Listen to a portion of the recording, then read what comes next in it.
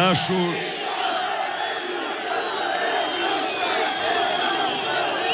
qytetare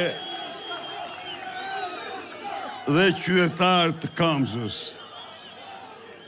vëllezër, motra, zonja dhe zotëri, të fitores së 11 majit, të ndryshimit të madh të Kamzës dhe Shqipërisë, një përshëndetje të përzemërt dhe mirënjohje të pakufishme ndaj jush. Përshëndetje të gjithë banorëve të këtij qyteti të ri të bekuar. Përshëndetje miqve tuaj kudo që janë, në rrethet që nga keni ardhur në Tiranë apo në migracion.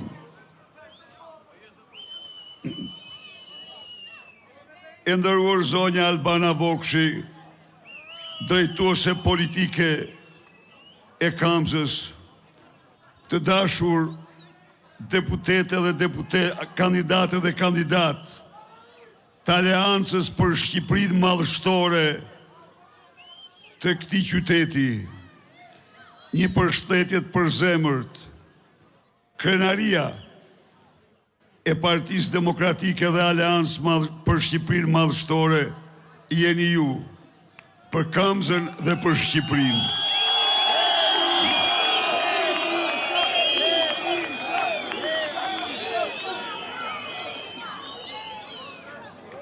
Të dashur miq, sot ne vim para jush për të parashtruar programin ton elektoral, për të parashtruar tek ju alternativen me të cilin ne jemi të betuar dhe të vendosur t'i japim përgjigjen më të fuqishme, më të vendosur problemeve të rënda që përjeton sot Kamza, problemeve të rënda që përjeton sot Shqipëria, probleme të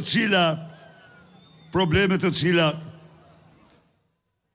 e kanë bërë Kamzën, e kanë bërë Shqipërinë një vend të pajetueshëm, e kanë bërë Kamzën, e kanë bërë Shqipërinë një vend nga i cili njerëzit largohen dhe vetëm largohen.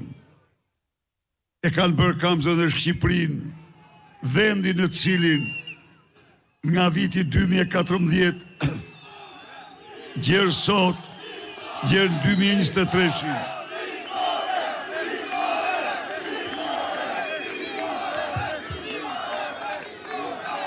Nga viti 2014 gjerë vitin 2023, vetëm në hapësirën e Bashkimit Evropian u larguan 1.099.000 banor të Kamzës dhe gjithë Shqipërisë. Miqtë e mi, këta vëllezër dhe motra, tritreja, burra, gra, që morën rrugë të dheut, nuk i morën ato se lakmorin pasuri, nuk i morën ato se nuk kishin mall dhe dashuri për familjen e tyre, nuk i morën ato rrugë se nuk donin vendin e tyre, por rrugë t'i morën se nuk jetonin dot në Kamzë, se nuk jetonin dot në Tiranë, se nuk jetonin dot në Shqipëri, sepse ky regjim Shqipërinë, Kamzën, që rritejnë popullat nga vitin vit, e bëri Shqipërinë dhe Kamzën që nuk jetohej më, e bëri sofrën e familjeve shqiptare të mos pranon as fëmijët e vet, por t'u thoshte paçi fatin merr një rrugë të botës. Nuk i kenë shqiptarët se donin t'iknin, por i kenë se ilaçet nuk i blinin dot vend e tyre. po iken se kredit nuk i pagunin dot në vendin e tyre, po iken se shtëpit nuk i blinin dot në vendin e tyre.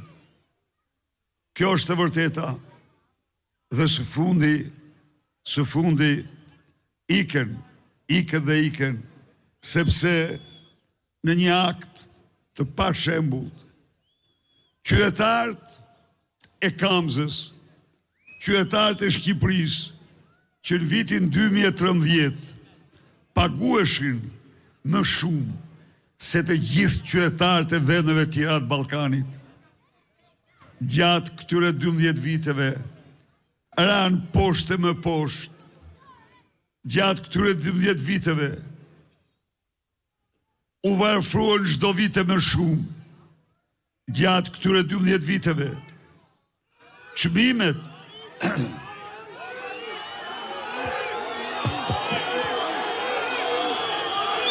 gjatë këtyre 12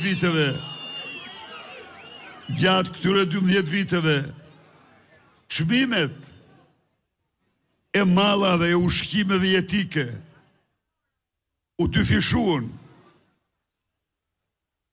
e merrin bukën me 400-500 lek në vitin 2013, e marrin sot me 900.000 lek, e mirrin mishin me 700 lek, e marrin sot me 1.800 lek, mirrin zarzavatet 4 herë më lirë se sot.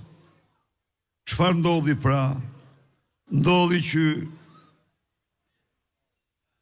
aq sa blinin me pension në vitin 2013, nuk blinin dot as me 3 fishën e tij në vitin 2024. Mallat bëheshin mollë ndaluar, apartamentet mollën e ndaluar për të rit, vendet e punës rënohen, shkatrohen çdo ditë. Kjo qeveri u vërsul mbi taksa. Kjo qeveri injoroi, mohoi, poshtroi pensionistin e Shqipërisë në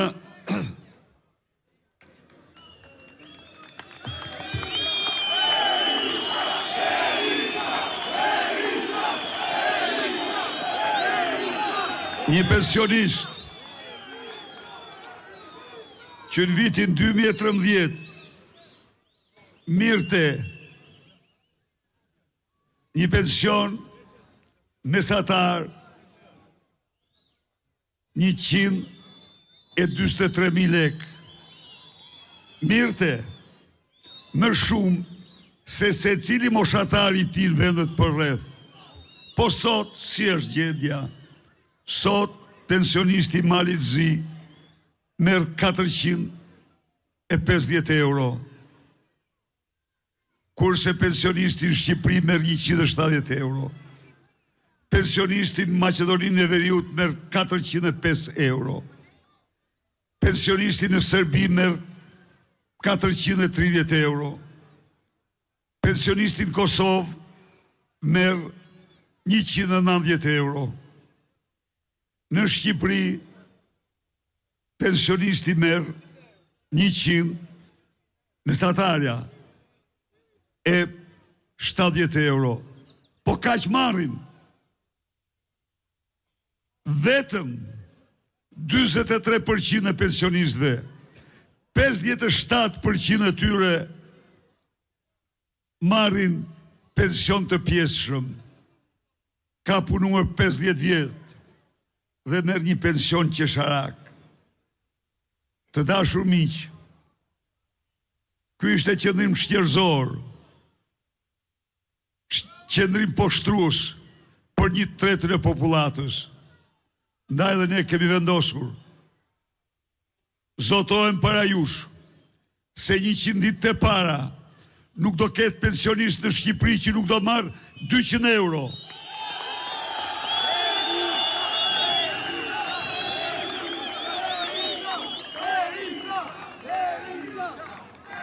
Dhe më lejoni pak ti tham ati burasaku 2 metra që fshihet dhe s'del dot.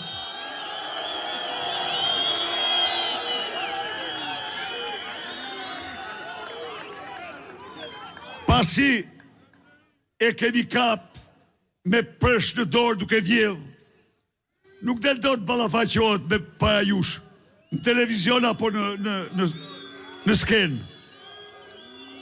Jo. Çfarë thot? Thot se po të arrisim pensionin 200 euro, bijem në humner. Kurse dje apo sot deklaronte se do ta bëjmë në vitin 2030. Ka deklarat më të papërgjegjshme, ka deklarat më cinike. Ju lutëm, vetëm një moment. Në vitin 2005, ne premtuam dyfishim në rrogave. Dhe ju them një gjë të vërtetën, ai ka qenë premtimi më i vështirë i jetësime. Po, sepse nuk di një administrat tjetër të ketë premtuar në një kohë të tillë dyfishim rrogash. Por e mbajtëm, i them cili do shqiptar, gjej një mësues, gjej një infermiere, gjej një mjek, gjej një punojës që të thosë se rroga e tij nuk u mbi dyfishua gjatë viteve 2006-2013, pa përjashtim që të gjithë. Deklaruam se do të dyfishojnë pensionet e ulta. Pensioni ishte 36 euro. Çdo pensioni ultu bëhet 82 euro. Deklaruam se do rrisim pensionet e mesme të larta. Çdo pensioni i mesëm u rrit 60%. Çdo pension i lartë u rrit 40%. Çfarë ndodhi ku, si u bë kjo? Fare thjesht. Parat ja u kthyem shqiptarëve. Si do e rrisim tani?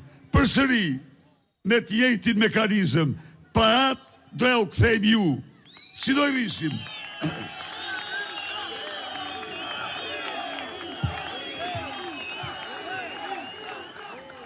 Si do e rrisim? Pensionet dhe rrogat. Që s'do ketë rrogë në 500 euro. Rroga mesatare do t'jetë 1200 euro. Rroga e mësuesit do bëhet 1500 euro. Si do i rrisim?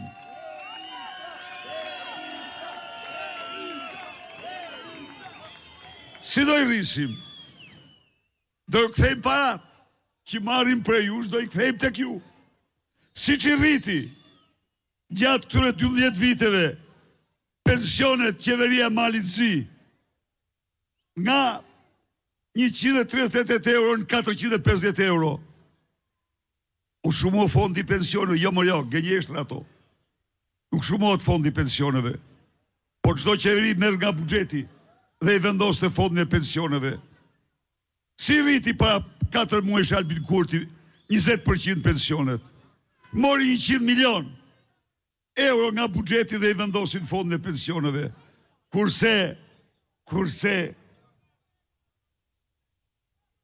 ky që mund të vesh çdo epitet, thot se bjem në humner dhe nga shuma 8 miliard euro buxhet pati pa shpirtësin të ndaj për pensionistët 16 milion. Unë ja fjalën në nderit se dhe 600 milion do të ndahen dhe pensionet do bën ato që them.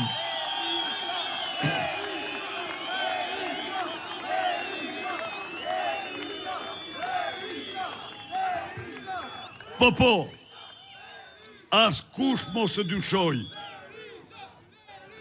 se vendimi është solem. Parat do të kthehen shqiptarve.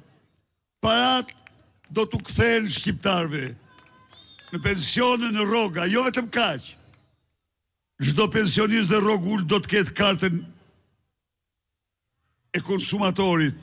Çka do të thotë, do t'i blej ushqimet 20% dhe gjërat bazë 20% më lirë se atë tjerët. Miqtë e mi, gjendja e kujdesit shtetësor është katastrofike.